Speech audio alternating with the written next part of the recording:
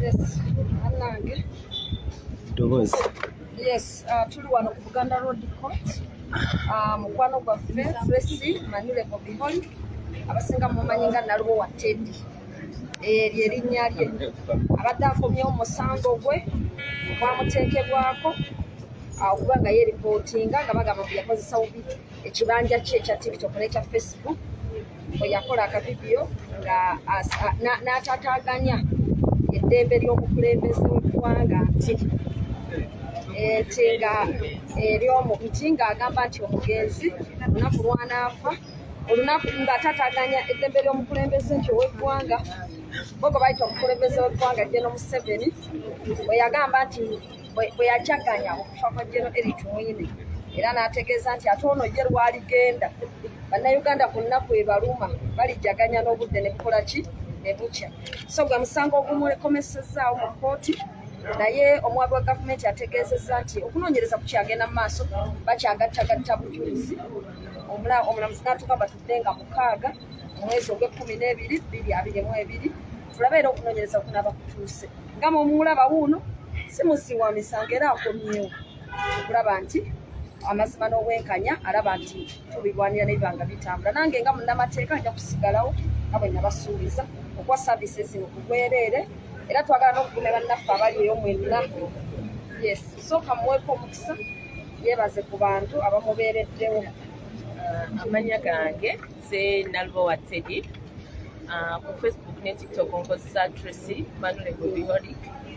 Njagala ntwala omukisa guno okwebaza abantu bonna abambeereddewo bambi mu kino ekiseera kuba kyakugezesebwa nali sikirabangako mu bulamu bwange naye ndowooza omuntu waakula afeesinga challenges nyingi so njagala neebaza okusookera ddala neebaza taata wange my sisters my family at large n'abantu abalala besitasa kumentioninga abeenyigira okunyambako for their privacy so neebaza lawyer wange Honorable Shabib Malende neebaza President His Excellency Bobi Wine neebaza SG Louis Bongoya neebaza Mr. Waiswa n'aba NUP bonna ababaddewo okujja nga mumperekedde kubanga nze ng'omuso akubeera n'amaanyi gajja we basiina bamperekedde beebaza nnyo okundaga omukwano wadde temummanyi abasinga mwandaba bulabi waneeno but I thank you so much and may God bless you because siina ng'eyabbasasulamu.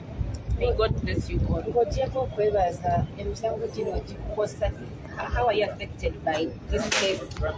First of all, I'm traumatized because a chantuka pause, the chinamba muwongo. I've lost many friends because they see me as a threat.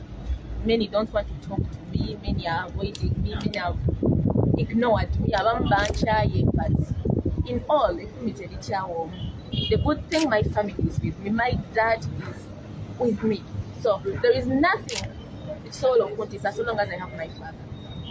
So I want to thank my father. I don't want to cry. So if I have my father with me, I don't care about the others. And my lawyer, plus NUP at large, and other people who vote.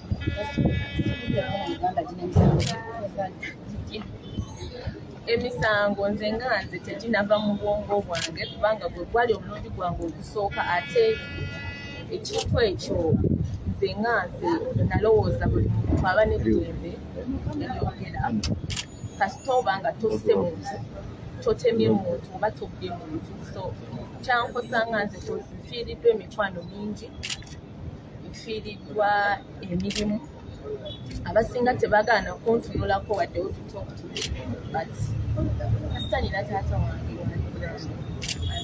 lawyer wange NUP at large they are supporting me and other people who don't want to be in camera.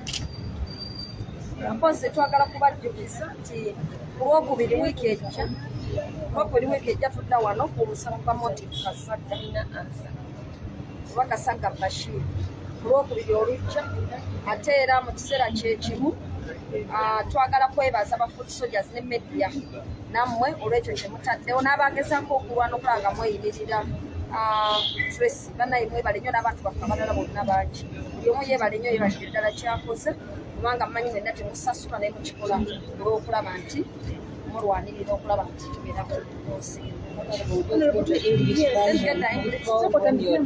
Oluganda kubanga online. So I start with Uganda. Yes, on how transferred in court and mixed in English and how your client is being affected by the trial.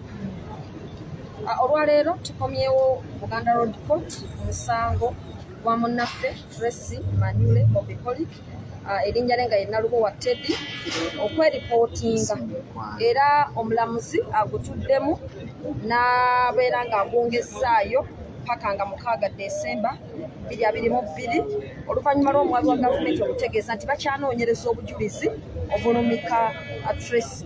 Emisango egyamuggulwako ya kukozesa bubi mutimbagano bakye bayita offensive communication era nga mu mpaaba yaabwe bagamba nti Tracy yataataaganya eddembe ly'omukulembeze General Yoweri Museveni bwe yajaguza okufa kwa General Eli Tumwine era n'ateekawo ekifaananyi nti ate ono ye lwalifa ali mu ntebe Bannayuganda bajja kujaganya baga nti ebintu ebyo byataataganya eddembe ly'omukulembeze era bye tusuubira bo okuleetako obujulizi bwe batannaleeta kubanga state agambye bakyanoonyereza wabula client waffe Tracy atulugunyiziddwa olw'emisango gino kubanga kukyamanyi nti omuntu alina eddembe okweyogerera n'okubeera nti alina freedom of expression kyeyali asuubira mu bakulu kwe kujjamu maybe message enkulu ebeera nga esobola okuyamba okutereeza ebiruma Bannayuganda abangi ekiyinza okubaviirako okukola ki okujaganya okufa kw'omuntu yenna.